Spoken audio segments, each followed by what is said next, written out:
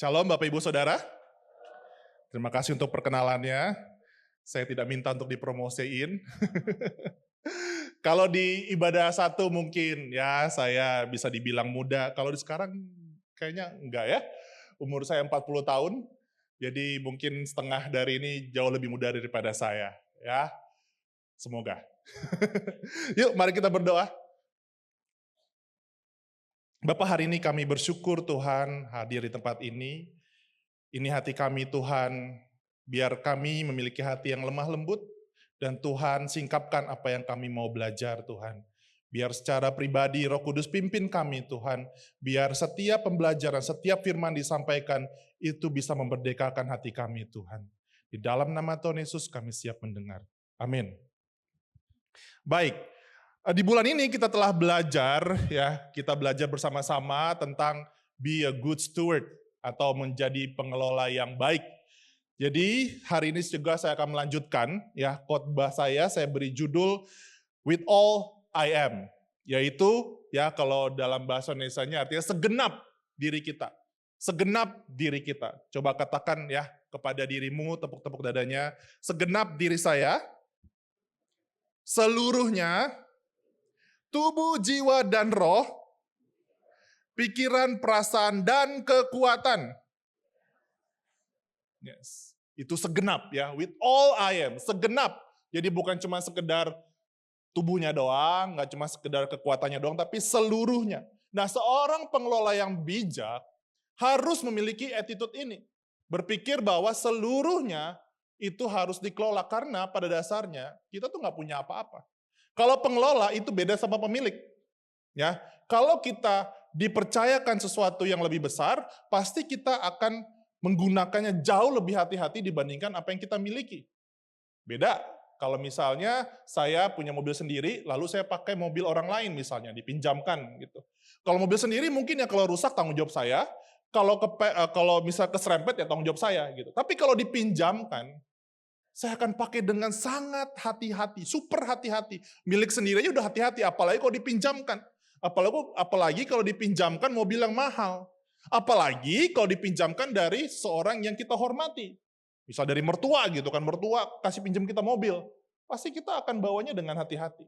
Semakin besar yang dipercayakan, semakin sepenuh, segenap hati kita gunakan untuk dengan sebaik-baiknya. Nah, hal ini juga sama. Kalau misalnya kita baca di firman Tuhan, Yesus berkata bahwa perintah yang utama dan pertama itu adalah mengasihi. Jadi mengasihi Tuhan Allahmu dengan segenap hatimu dan dengan segenap jiwamu dan dengan segenap akal budimu, with all I am. Tetapi kalau misalnya kita lihat di sini, yang pertama, poin pertama yang pengen saya sampaikan, itu adalah perintah. Mengasihi itu adalah perintah, bukan himbauan, bukan ajakan, bukan opsional kalau bisa lakukan. Tapi Tuhan bilang ini perintah. Kalau perintah berarti harus dilakukan dalam kondisi apapun. Mau lagi good mood, lakukan. Lagi bad mood, lakukan. Lagi suka, lakukan. Lagi duka juga lakukan. Dalam kondisi apapun, mandatory harus dilakukan.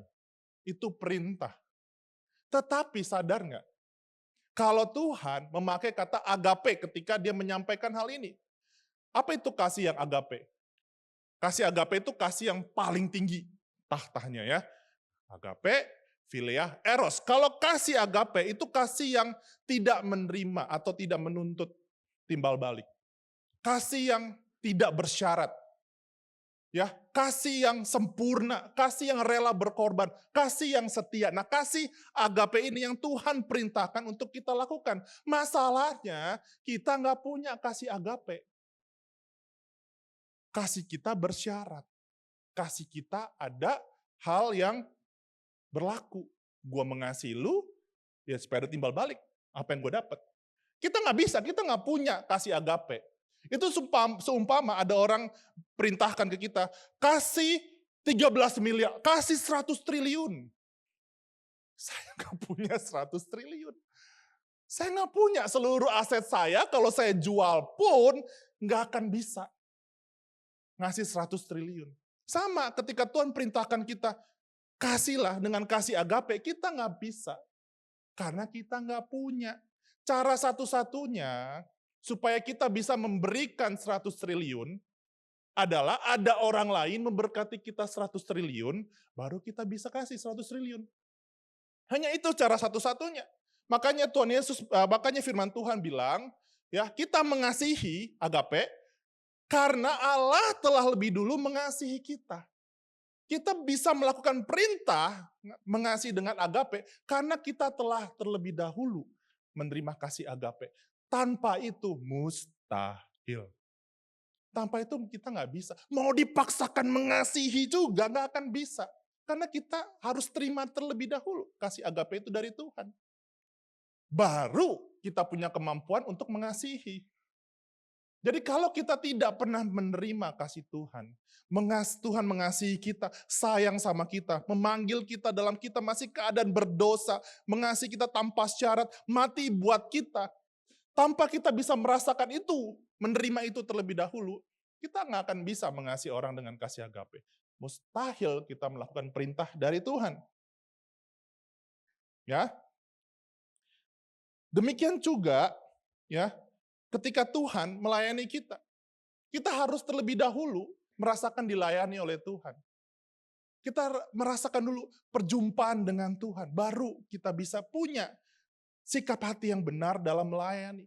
Kalau enggak, kita akan melayani dengan syarat. Makanya banyak anak Tuhan kecewa dalam pelayanan. Kenapa? Karena tidak terlebih dahulu mengizinkan Tuhan melayani. Tidak terlebih dahulu menerima kasih dari Tuhan. Sehingga ketika melakukan itu di dalam rumah, di dalam pekerjaan, di dalam gereja, kecewa. Ya, tapi kalau kasih agape, kalau kita mengasihi, kita nggak akan kecewa. Karena nggak menuntut timbal balik. Ya, jadi agape itu hanya dari Tuhan. Jadi kalau kita merasa begitu sulit mengasihi orang lain, sulit mengasihi musuh kita, sulit mengasihi pasangan kita, sulit mengasihi orang tua, sulit mengasihi otoritas kita di kantor, di guru, dosen, dan sebagainya. Jangan dipaksa. Ya, wah aku pengen mengasihi dia. Terlebih dahulu adalah buka hati kita dan terima kasih dari Tuhan. Buka, lembutkan hati kita dan izinkan Tuhan mengekspresikan kasih-Nya yang luar biasa terlebih dahulu buat kita. Baru kita bisa mengasihi. Amin. Ya, amin. Yes. Mari coba katakan hatimu. Mari terima kasih dari Tuhan. Kasih yang agape. Yuk coba katakan ya. Yes, baru engkau bisa mengasihi pasanganmu, kasih istri atau suamimu, mengasihi anak-anakmu dengan kasih yang benar. Nah, hal ini juga sama ya ketika seorang tuan memberikan talenta kepada 3 orang hamba. Hal ini sudah dibahas 2 minggu lalu oleh Kanandis, penato dari Lombok ya, 2 minggu lalu. Tapi boleh ya kita belajar lagi dari perumpamaan ini. Di Matius 25 ayat 14, Tuhan Yesus menyampaikan perumpamaan tentang seorang hamba. Jadi sebab hal kerajaan surga seperti seorang yang mau berpergian ke luar negeri. Dia memanggil hamba-hambanya dan mempercayakan hartanya kepada mereka. Jadi kalau misalnya kita pasti sudah tahu tentang hal ini, perumpamaan ini, 1 hamba dikasih 5 talenta, 1 hamba dikasih 2, yang terakhir dikasih, ya. Jadi kalau misalnya talenta itu 1 talenta itu gede banget Bapak Ibu. Ya, 1 talenta itu setara dengan 6.000 hari kerja. Jadi kalau bisa dihitung dengan UMP Jakarta 5,5 lah ya, anggap. Jadi seorang hamba bisa dapat 1 talenta itu butuh 20 tahun kerja. Gede, ya itu setara dengan 1,3 M. Pakai kurs sekarang ya. Jadi kalau misalnya dikonversi dengan rupiah, saat ini itu senilai 1,3 M. Gede apa gede? Ya, gede banget. Ya 1,3 dikasih tuh, berarti 1,3 dikasih berarti 6,5-an dikasih ke hamba yang pertama, terus 2,6 hamba yang kedua, dan 1,3 di hamba yang terakhir. Jadi, kalau hamba yang pertama dan hamba yang kedua, dia langsung praktek. gitu ya. Bapak Ibu mungkin agak sedikit nggak dapat konteksnya. Baik, saya akan jelaskan. Seandainya ada seorang, anggaplah Menteri Keuangan kita, gitu kan ya, Pak Purbaya, ngasih 1,3 M ke Bapak Ibu. Ya, terus kita jungkir balik, bikin bisnis plan, hire orang, ngatur segala macam, dan akhirnya menjadi 2,6 M, berkali lipat, dan kita harus kembalikan 100%. Ya, kita nggak dapat komisi, nggak dapat sepersen pun, semuanya dibalikkan ke Pak Menteri. Mau? Mau nggak? Mulai mikir ya? Mulai mikir kan? Mulai menjadi hamba yang ketiga kan? Ya, ya, mulai mikir nih, ternyata berat juga ya. Kalau kita baca perumpamaannya kayak, ya ilah kenapa sih hamba pertama rese banget, hamba ketiga rese banget. Tapi kalau kita mikir, dikembalikan 100% loh. Ya, kalau kita merasa bahwa, kayaknya nggak mau deh. Lebih baik dikuburin aja deh. Kita nggak usah kerja, karena kan pasti kan pontang-panting kerja tapi nggak dapat hasil, komisi 5% pun nggak dapat gitu ya. Ini nggak sama ya Bapak Ibu. Jadi ketika kita berpikir seperti itu, kita seperti hamba yang ketiga. Dan jangan salah, ketika kita memberikan 10% buat Tuhan, itu bukan berarti 90%-nya kita pakai seenak jidat kita sendiri. Semau kita sendiri. Enggak gitu. 10%-nya kita untuk Tuhan, 90%-nya juga untuk memuliakan Tuhan. Kita pakai makan karena kita butuh tenaga untuk melayani Tuhan. Kita melayani keluarga kita, masa kita melayani dengan sakit-sakitan, kita butuh makan. Jadi makan pun untuk memuliakan Tuhan. Liburan pun juga untuk memuliakan Tuhan. Kita spend duit kita, uang kita 90% untuk semua kemuliaan Tuhan. Jadi sebenarnya 100% kita kembalikan ke hadapan Tuhan. Uangmu engkau gunakan apakah selama ini? Tanya Tuhan. Karena Tuhan berotoritas untuk setiap rupiah yang kita punya. Apakah kita tanya Tuhan setiap persen yang kita habiskan, kita pakai? Atau justru, ya udahlah Tuhan 10% buat engkau, 90%-nya terserah saya. Oh, enggak gitu. Karena apa yang kita punya sekarang, 100%-nya, itu semua berasal dari Tuhan. Ya, jadi, ya, pertanyaan sebelum membahas itu, mungkin pertanyaannya ada yang sederhana ya. Sebenarnya kita layak nggak sih menerima sesuatu dari Tuhan? Sebenarnya kita layak nggak sih? Ya, menerima talenta dari Tuhan. Kalau engkau lihat perumpamaan ini, ada satu kebenaran bahwa sebenarnya yang ketika Tuhan ngomong di perumpamaan ini, Tuhan Yesus itu memakai kata doulos ketika menyebut kata hamba. Ya, doulos. Tahu doulos? Doulos itu biasanya hamba yang bekerja kasar. Jadi kalau misalnya ada orang yang kaya raya di zaman Tuhan Yesus, dia pasti ada doulos, ada hamba yang biasanya membersihkan lahan, yang kasih makan ternak, terus apa lagi, yang mencuci-cuci, pokoknya pekerjaan kasar. Semakin tajir, semakin kaya tuannya, semakin butuh banyak doulos. Ya, dan di perumpamaan ini kaya banget. Tuannya itu tajir banget. Tahu dari mana? Taunya gini loh. Ketika hamba yang pertama mengembalikan 5 talenta yang sudah jadi 10 talenta, berarti 63 M. Ya, 10 talenta tuh. 10 talenta berarti sudah gede banget ya. Berarti kalau 1 talenta 1,3 berarti 10 talenta 13 M ya. Dikembalikan 13 M, itu tuannya ngomong apa? Ingat nggak?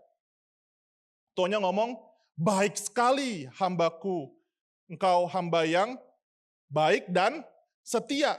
Karena engkau setia dalam perkara kecil. 13 M kecil. Berarti ini tuannya tajir, melintir, kaya banget. Karena zaman dulu, ya, kalau engkau punya 8 talenta, itu berarti engkau sudah termasuk orang yang kaya. Ya, 8 talenta aja cukup untuk membuat engkau orang. 8 talenta itu gede banget Bapak Ibu. Ya, udah cukup buat engkau kaya. Apalagi ketika dia bilang 10 talenta kecil. Berarti ini tuannya adalah tuan yang tajir, dan tuan yang kaya. Jadi kalau semakin dia kaya, semakin banyak doulos. Semakin banyak doulos. Nah, doulos itu Tuhan itu nggak mungkin ngatur semua setiap dulos-dulosnya. Dia butuh manajer. Nah, manajer inilah yang disebut dengan oikonomos. Ya, ada dulos, ada oikonomos. Oikonomos ini adalah manajer-manajernya. Saya nggak ngarang. Ya, Tuhan Yesus sendiri yang bilang. Ya, mari kita baca di Lukas 12 ayat 42 sampai 44.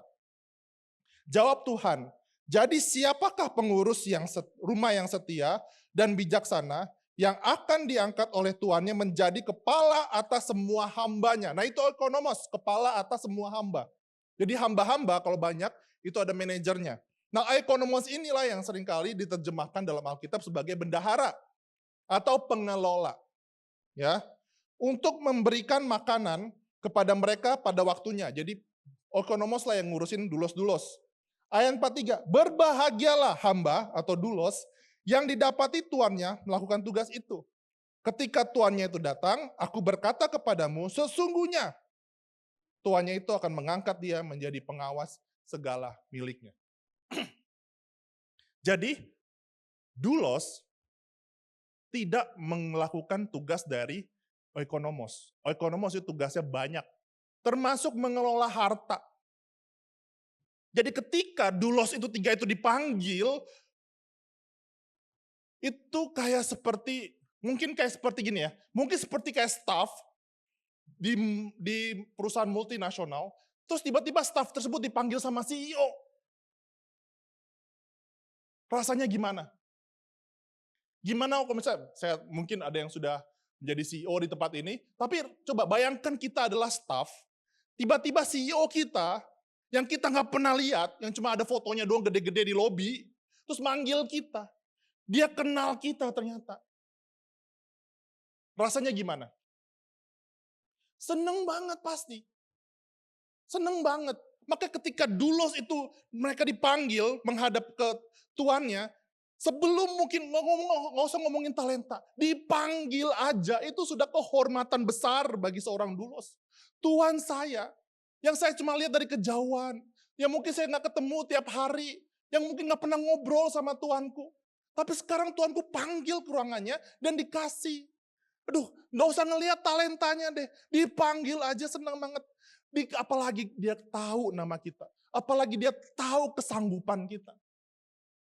Wah, dan sekarang dikasih talenta. Mengurus sesuatu yang dipercayakan oleh oikonomos. Dulos pasti akan seneng banget. Seneng banget. Karena dipercaya sama Tuhannya. Jadi ketika kita bilang, oh Tuhan, gue layak terima semua apa yang saya punya sekarang. Saya layak, orang saya kerja keras, kekayaan saya selama ini ya itu karena kerja keras saya, bukan karena Tuhan. Saya layak mendapatkan kemampuan ini, karena saya sekolah, karena saya kerja, dan lain sebagainya. Oh saya layak dapat ini dan itu.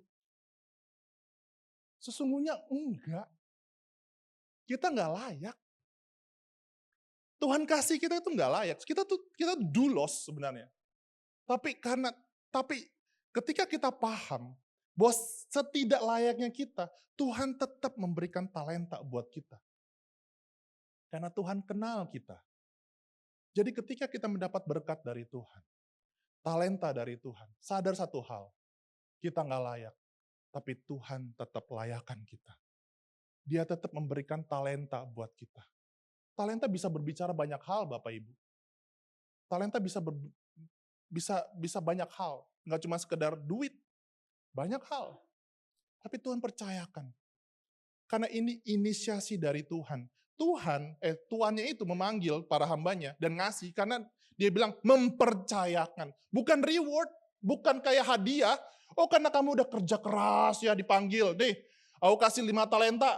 Enggak, tapi dipercayakan. Bukan karena performance dia, bukan karena kebaikan dia, bukan karena prestasi dia, tapi karena tuannya percaya kepada hambanya. Jadi bisa paham ya, kenapa begitu jahatnya hamba yang ketiga. Kita bisa mengerti hamba yang pertama dan kedua. Karena mereka tahu posisi mereka, dan mereka kenal Tuhan mereka.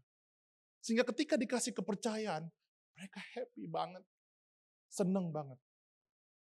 Bagaimana sikap hati kita ketika kita menerima sesuatu dari Tuhan?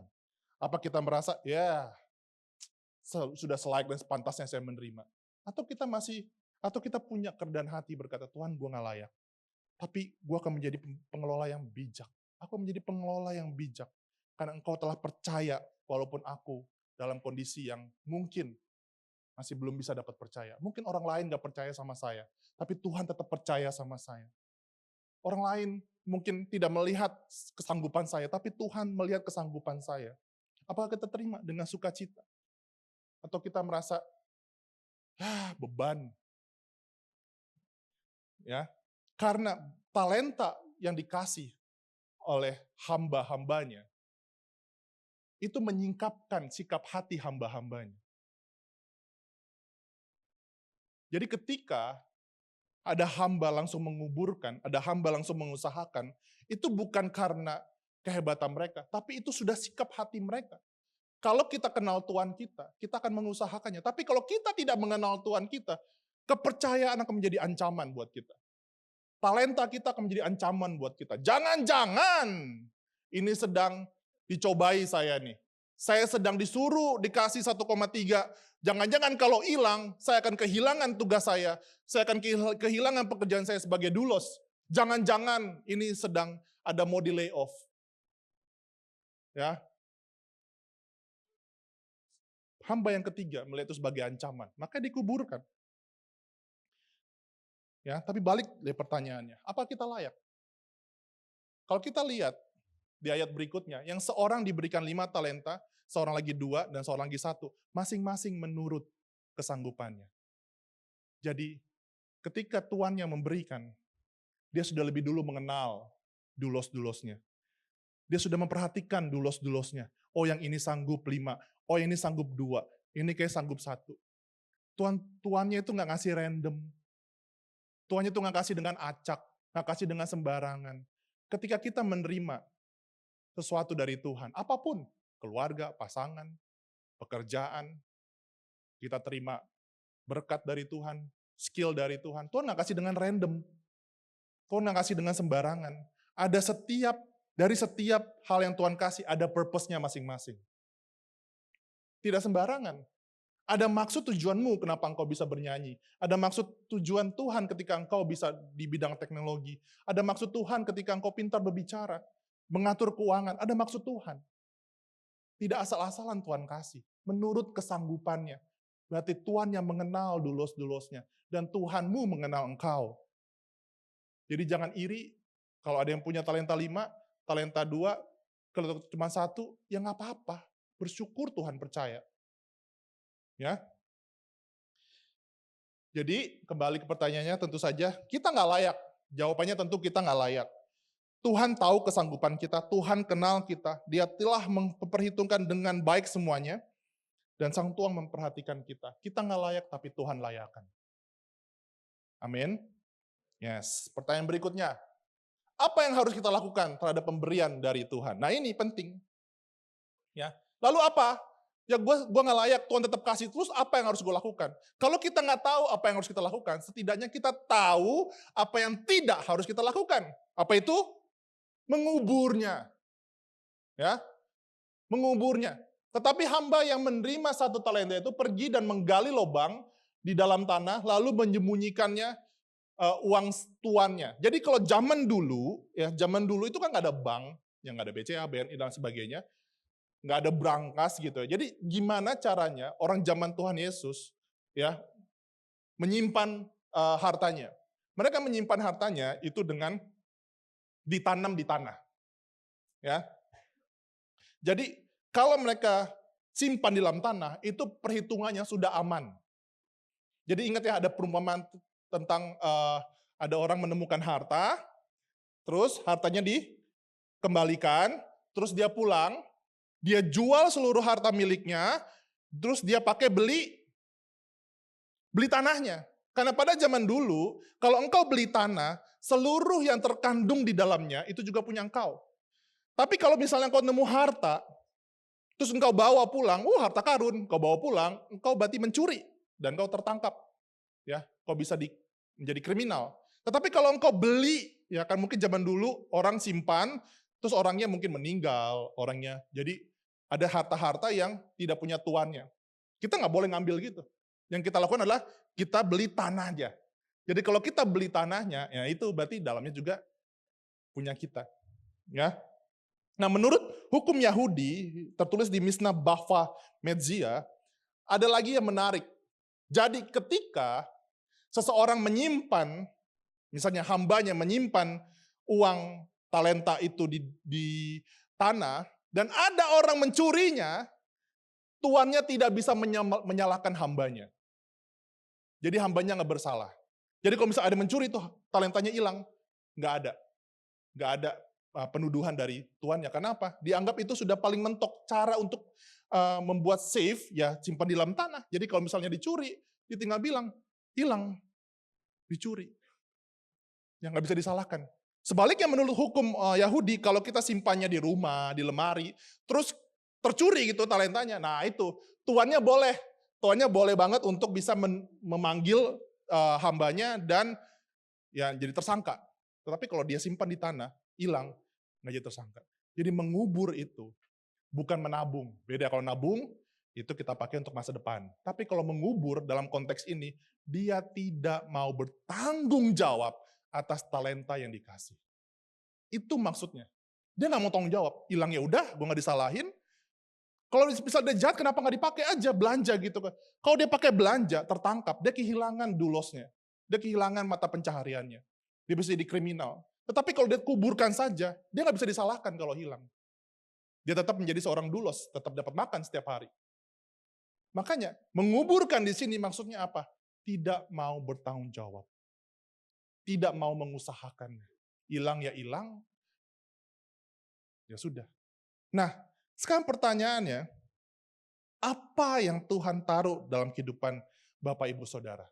Yang mungkin tanpa sadar kita kuburkan. Nggak ngomongin duit aja ya, nggak ngomongin 1,3 M, nggak ngomongin itu aja. Tapi banyak. Contoh, sukacita. Sukacita sejati kita dapat dari mana? Terima sukacita surga. Kita terima dari Tuhan. Kita terima sukacita dari Tuhan. Jangan sampai kita kuburkan sukacitanya. Datang ke gereja dapat terima sukacita, pulang ke rumah cembetut. Orang tidak sukacita melihat muka kita. Kita terima sukacita dari Tuhan, kita kuburkan, pulang ke rumah cembetut. Tapi kalau misalnya kita bersukacita, kita pulang ke rumah kita bersukacita, dari 1 orang bersukacita, langsung ada 3 orang bersukacita juga. Berkali lipat. Apalagi selain sukacita? Pengampunan. Kita terima pengampunan dari Tuhan, jangan dikubur. Tapi kita pakai untuk mengampuni orang lain. Kita sudah diampuni. Ya kita pakai untuk mengampuni orang lain. Jangan kesalahan orang lain diingat-ingat. Dulu ya, 10 tahun lalu, di depan warung bakmi, gua inget lu pakai baju merah strip, pakai sendal coklat, lu ngomongin gua, lu komen negatif, diinget detail, nggak diampuni, ya kesalahannya dikubur, pengampunannya jangan, ya pengampunannya digunakan, mengampuni orang lain. 1 orang diampuni, kita di masa Tuhan ampuni, kita mengampuni kesalahan orang lain. Kalau misalnya sekarang yang hadir 400, semuanya merasa diampuni Tuhan, pulang juga mengampuni kesalahan orang lain. Jadi ada 800 diampuni, talentanya berlipat. Apalagi selain pengampunan, rasa aman. Kita menerima rasa aman dari Tuhan, betul? Hanya Tuhan yang bisa memberikan kita rasa aman yang sejati. Kita terima rasa aman, Tuhan saya aman di dalam tangan Tuhan. Tetapi kita pulang ke rumah, orang tidak merasa aman melihat kita. Kita marah-marah. Kita kadang-kadang baik, kadang-kadang jahat, kadang-kadang bentak-bentak. Mood swing, orang gak merasa, lu aneh banget sih. Tidak aman, rasa amannya dikubur aja gitu. Orang tidak bisa merasa aman ke kita. Gosip, ngomongin orang tidak akan merasa aman ke kita. Wah, lu sekarang ngegosipin orang lain ke gua. Nanti berikutnya lu gosipin gua di depan orang lain. Tidak merasa aman. Jadi rasa amannya dikubur, tidak diusahakan. Tetapi kalau kita memiliki rasa aman dari Tuhan, kita terima rasa aman dari Tuhan, dan kita melipat kali gandakan ke rumah kita, orang aman melihat kita. Orang merasa aman mau sharing sesuatu ke kita. Itu talenta juga dari Tuhan. Ya, apalagi? Ya banyak. Ya, Kasih Tuhan, Tuhan memberikan kita kasih yang agape. Ya, dan sekarang mungkin kalian Bapak Ibu melihat, wah banyak orang sudah merasa dikasih oleh Tuhan. Itu berarti sedang mengusahakan talentanya. Keselamatan yang Tuhan kasih juga. Engkau usahakan dan banyak orang juga diselamatkan. Pembantumu diselamatkan, keluargamu diselamatkan. Kenapa? Karena engkau mengusahakan keselamatanmu. Jangan dikubur. Ya, pernikahan. Bukan berarti pernikahan jadi berlipat kali ganda, ya. Istrinya dari 1 jadi 4 gitu, bukan itu maksudnya.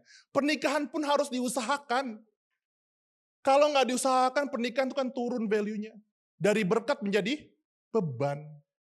Makanya banyak orang-orang menikah, pernikahan itu seperti beban, mau putus aja, mau cerai aja. Kenapa? Karena tidak diusahakan.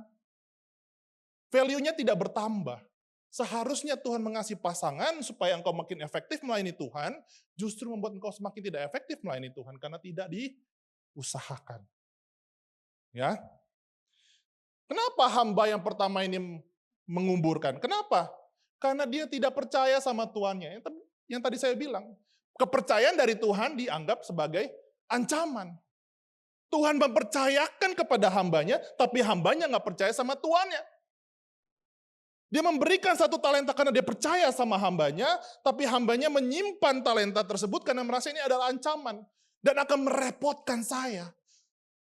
Banyak orang yang menguburkan karena mereka tidak percaya sama Tuhan. Mereka menguburkan kasih dari Tuhan. Itu sebabnya mereka mati-matian mencari kasih di tempat lain. Banyak orang juga menguburkan rencana Tuhan. Ke gereja dapat, oh Tuhan punya rencana baik buat saya. Tapi dikuburkan, dia pakai rencananya sendiri. Di tempat kerja, memakai rencana sendiri di rumah. Mengambil keputusan tanpa melibatkan Tuhan. Mengambil keputusan yang tidak menghormati Tuhan. Katanya percaya sama rencana Tuhan, tapi kok pakai rencana sendiri? Kok hidup nggak pakai tanya-tanya Tuhan? Dikuburkan. Apalagi banyak anak muda sekarang, mulai banyak anak-anak muda sekarang menguburkan potensi yang Tuhan kasih buat mereka. Jangankan potensi, gender pun mau dikuburkan. Bagi saya, tubuh saya adalah peraturan saya. Kalau saya terlahir wanita, saya pengen jadi pria. Kalau saya pria, saya pengen jadi wanita. Gender pun mereka nggak percaya. Kalau Tuhan sayang sama mereka, ngasih gender yang tepat. Tapi mereka bilang, oh enggak, saya nggak percaya. Saya nggak percaya saya terlahir pria. Bisa gitu. Kenapa? Karena mereka nggak percaya bahwa Tuhan begitu baik memberikan sesuatu buat mereka. Bagi mereka, gender itu sebagai ancaman buat mereka. Ya, dan banyak orang meragukan berkat dari Tuhan. Alih-alih berserah kepada Tuhan, mereka pakai caranya sendiri. Ya, mencuri, korupsi, manipulasi, dan lain sebagainya. Ya, lalu apa yang mesti kita lakukan kalau pertanyaannya dong? Kita bisa mencontoh dari hamba yang pertama dan yang kedua.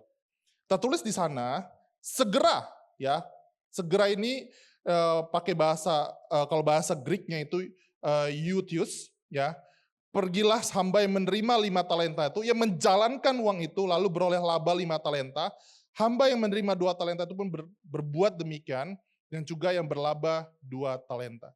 Kata Eutius ini adalah kata yang strong, kata yang tidak biasa. Eutius ini maksudnya apa? Maksudnya adalah dia melakukan dengan segera. Dengan segeranya bukan karena dia cepat larinya, enggak, tapi karena sikap hatinya sudah siap, secara spiritual dia sudah siap menerima dan siap menjalankannya.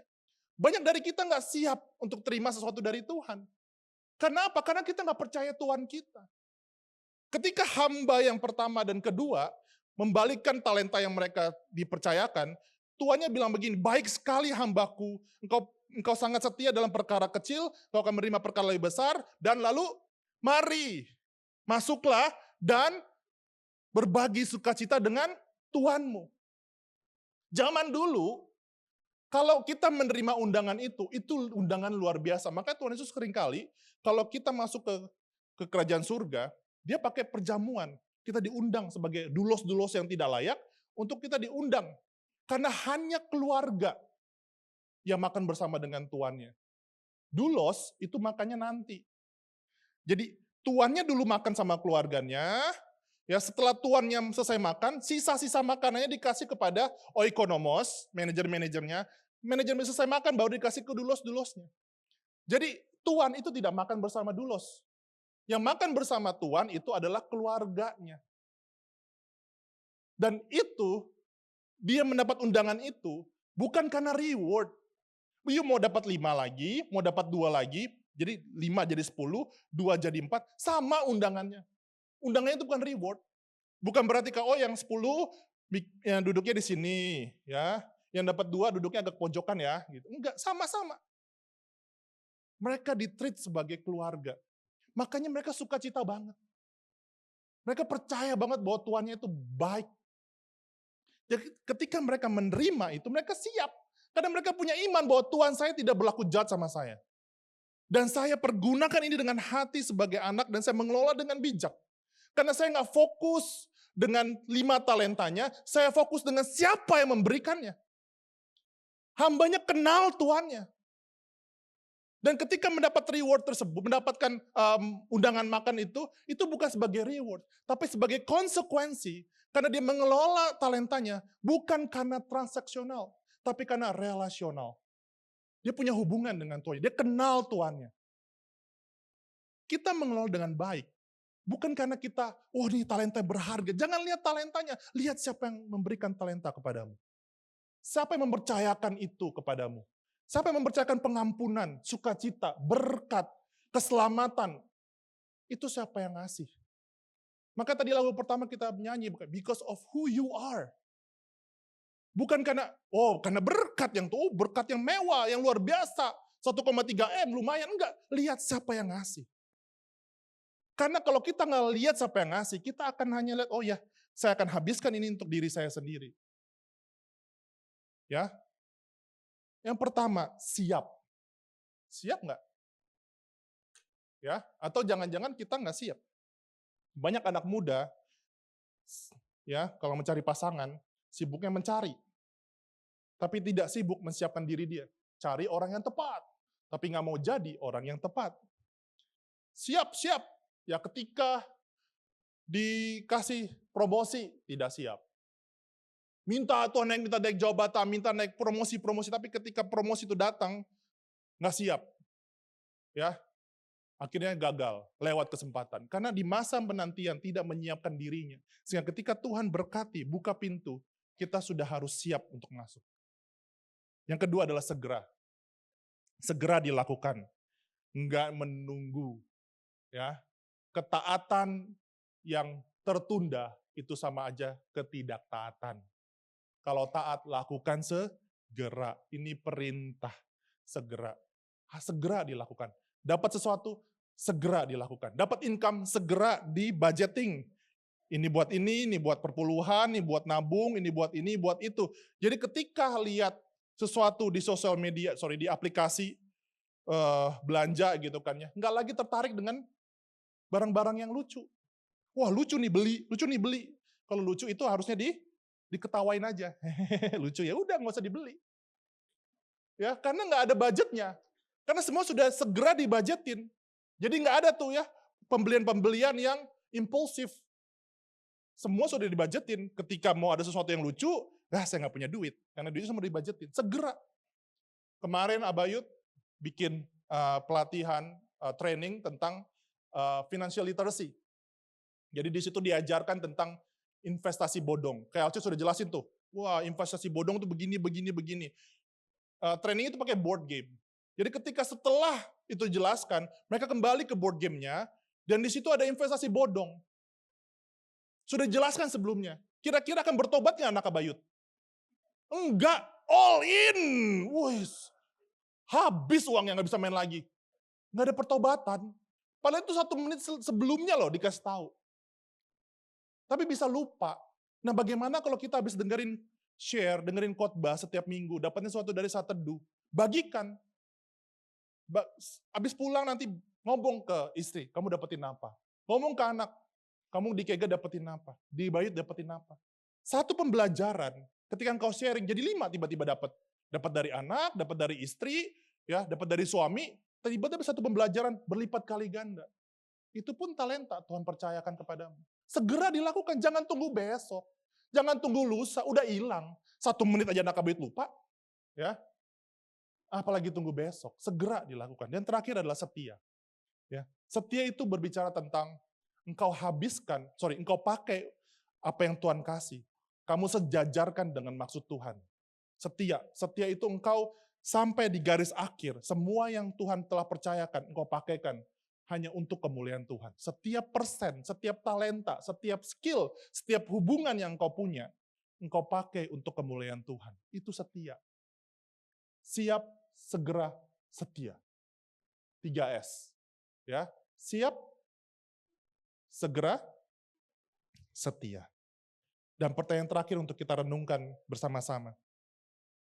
Apa yang Yesus akan katakan kepadamu saat dia mengadakan perhitungan? Aku sudah memberikan rasa damai buat engkau, damai sejahtera. Aku sudah berikan keselamatan buat engkau. Sekarang apa yang kau pakai buat itu? Apakah engkau telah mengusahakannya? Atau justru engkau menguburkannya selama ini? Aku sudah kasih engkau keluarga.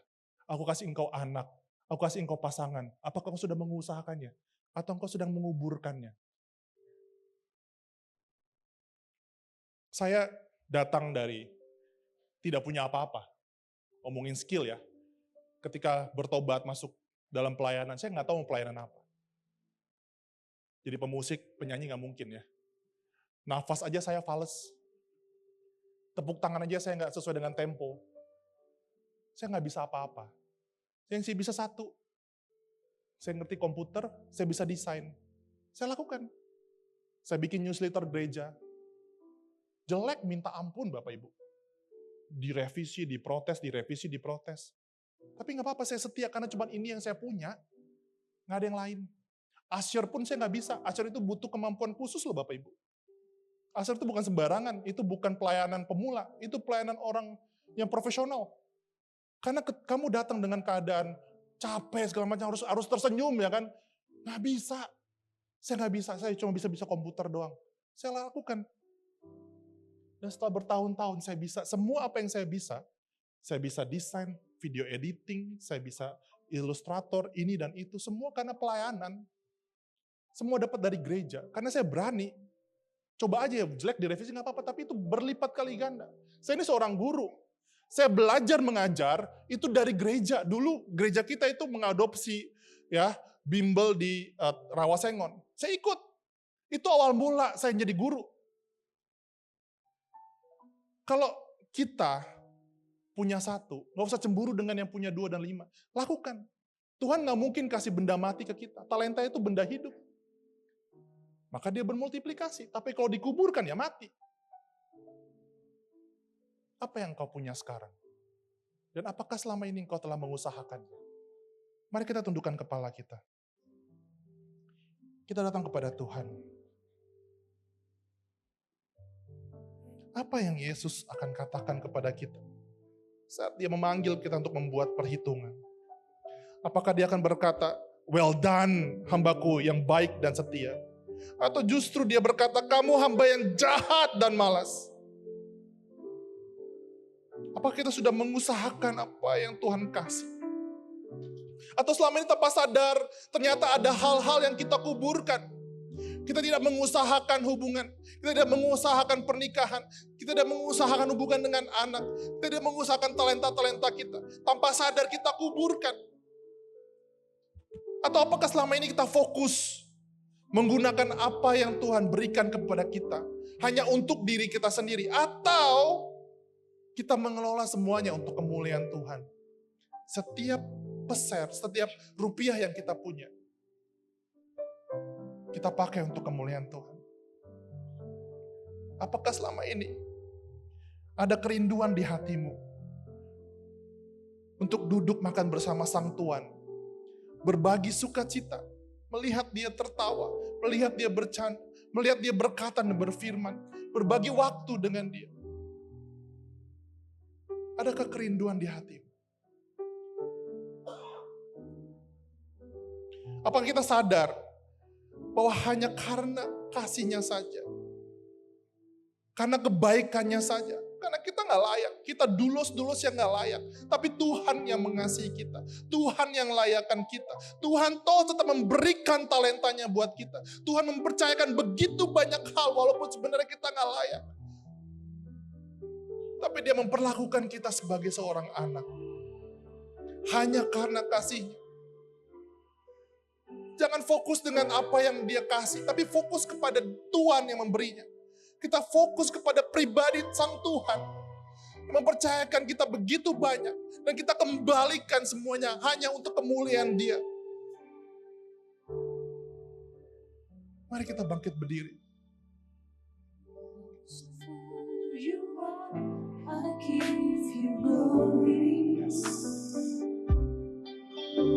Because of who you are, I give you praise. Because of who you are, I will lift my voice and say, Lord, I worship you. Because of who you are, Lord, I worship you. Because of who you are, because of who you are, I give you glory. Because of who you are, I give you praise. Because of who you are, I will lift my voice and say, Lord, I worship you. Because of who you are, Lord, I worship you. Because of who you are,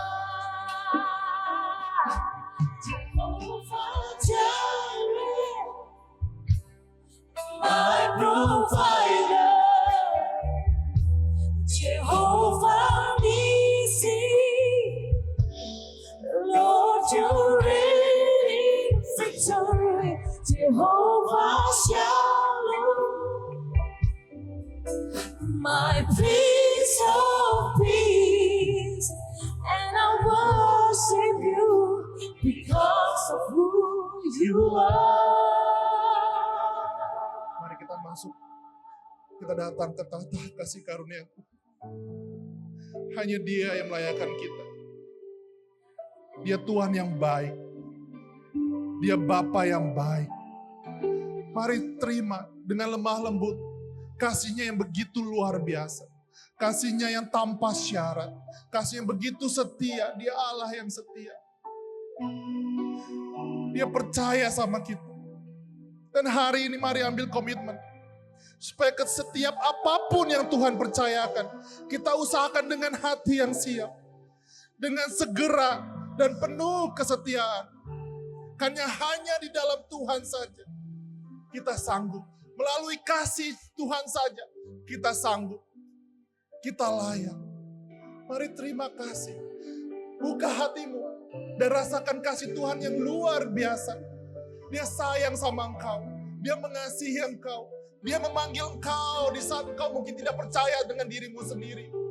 Dia sayang sama engkau walaupun engkau tidak mampu untuk mengasihi dirimu sendiri. Hanya dengan kasih Dia saja. Because of who you are.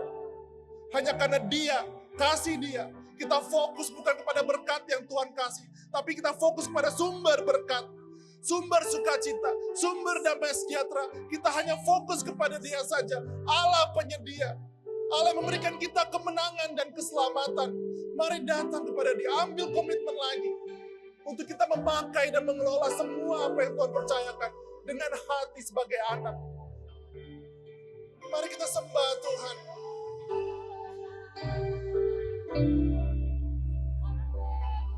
Oh, ini kami Tuhan hamba. Engkau perlakukan kami, Engkau angkat kami sebagai anak-anak. Kami pribadi yang sebenarnya nggak layak Tuhan. Kami datang ke tahta kasih karunia Tuhan. Datang dengan hati yang lemah lembut. Bukan datang dengan bawa pencapaian kami. Bukan datang dengan kehebatan kami. Bukan datang dengan prestasi kami Tuhan. Kami datang Tuhan. Hanya karena kami mengenal.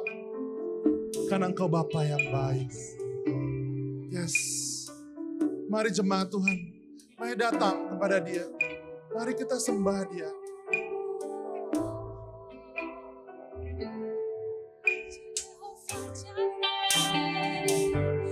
Jehovah Jireh, my provider. Jehovah Nissi, Lord, you reign in victory. Jehovah Shalom, my Prince of Peace, and I worship you because of who you are. Jehovah Jireh, Jehovah Jireh, my provider. Jehovah Nissi, Lord, you reign in victory. Jehovah Shalom, my Prince of Peace, and I worship you because of who you are. I worship you, and I worship you because of who you are. I worship you, and I worship you because of who you are.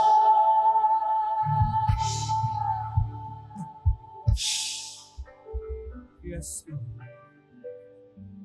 Kami mau Tuhan, Engkau berdaulat atas hidup kami Tuhan. Kami mau terima kasih yang tidak bersyarat itu Tuhan. Karena kasih itulah yang mengubah kehidupan kami. Menghancurkan setiap pikiran-pikiran yang menghalangi selama ini Tuhan. Jadikan kami hamba-Mu yang setia Tuhan. Sehingga kami pada akhir nanti Tuhan Engkau berkata, sabas, Engkau hamba-Ku yang setia. Kami mau memberi hidup kami. Kami mau memberi pernikahan, keluarga, pekerjaan, bisnis, semua pelayanan ini hanya untuk kemuliaan nama-Mu Tuhan.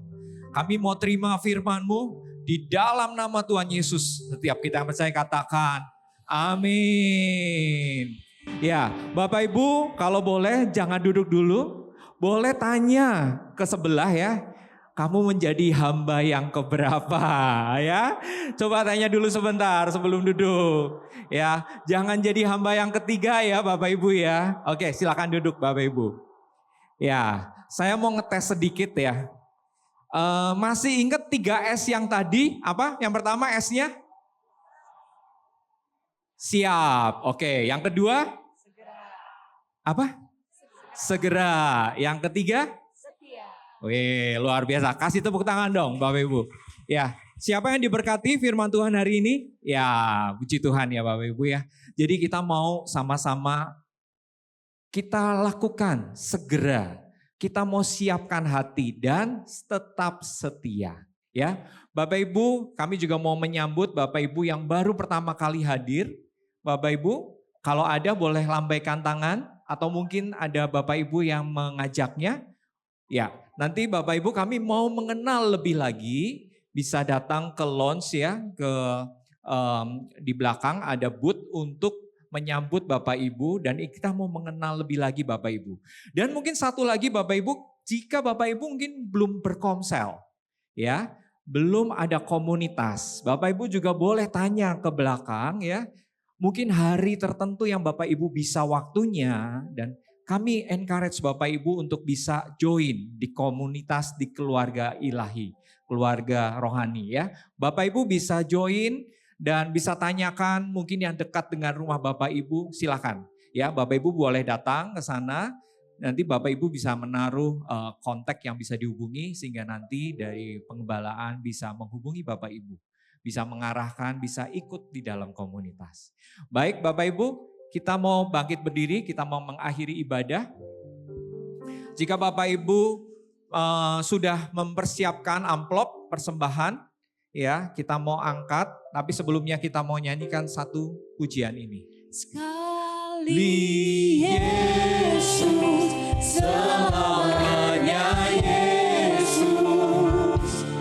Harapanku takkan hilang, karena kasih-Nya sekarang ku ada.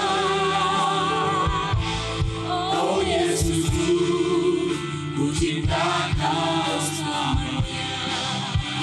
Sekali Yesus, selamanya Yesus. Harapanku takkan hilang, karena kasih-Nya sekarang ku ada. Oh Yesus, ku cinta Kau selamanya. Karena kasih-Nya sekarang ku ada. Oh Yesusku, ku cinta Kau selamanya. Ya benar, Engkau Yesus, sekali Engkau tetap Yesus yang menjadi sumber kasih karunia kami. Engkau yang sudah memberikan talenta. Dan kami mau Tuhan punya hati yang siap Tuhan. Kami mau punya hati yang bersegera taat akan perintah-Mu Tuhan. Dan kami mau terus setia sampai akhir hidup kami Tuhan. Dan kami mau mengangkat Tuhan persembahan ini Tuhan. Dan mungkin Bapak Ibu yang sudah transfer atau mau akan transfer boleh angkat tangan Bapak Ibu. Ini adalah bagian dari talenta yang sudah Kau beri Tuhan. Kau mau mempertanggungjawabkannya di hadapan-Mu Tuhan. Kau pakai ini Tuhan menjadi alat kemuliaan-Mu Tuhan. Untuk memperluas kerajaan-Mu Tuhan. Biarlah kami mau Tuhan dengan setia Tuhan. Mengelola talenta yang sudah Kau beri Tuhan. Terima kasih Tuhan. Kami sungguh Tuhan, hidup kami ini bukan milik kami lagi Tuhan. Ini adalah milik-Mu Tuhan, untuk memuliakan nama-Mu Tuhan. Pakai keluarga kami, pakai pernikahan kami, setiap pekerjaan, setiap bisnis, setiap studi, apapun Tuhan yang Kau percayakan buat kami Tuhan. Kami mau mengembalikannya untuk bagi kemuliaan nama-Mu. Baik Bapak Ibu, kita mau angkat tangan, kita mau terima berkat dari Tuhan. Kiranya Allah Bapa terus menyertai. Biarlah kasih dari Yesus Kristus yang memberikan kekuatan dan anugerah. Dan biarlah kasih sukacita dari Roh Kudus yang terus melimpah buat setiap keluarga dan pernikahan. Dan ini yang membuat kami akan terus mengasihi Engkau lebih lagi Tuhan. Dengan segenap hati, segenap jiwa dan akal budi kami. Itu hanya untuk kemuliaan nama-Mu. Di dalam nama Tuhan Yesus terimalah berkat sekarang ini juga. Di dalam nama Yesus, amin. Happy Sunday. God bless you.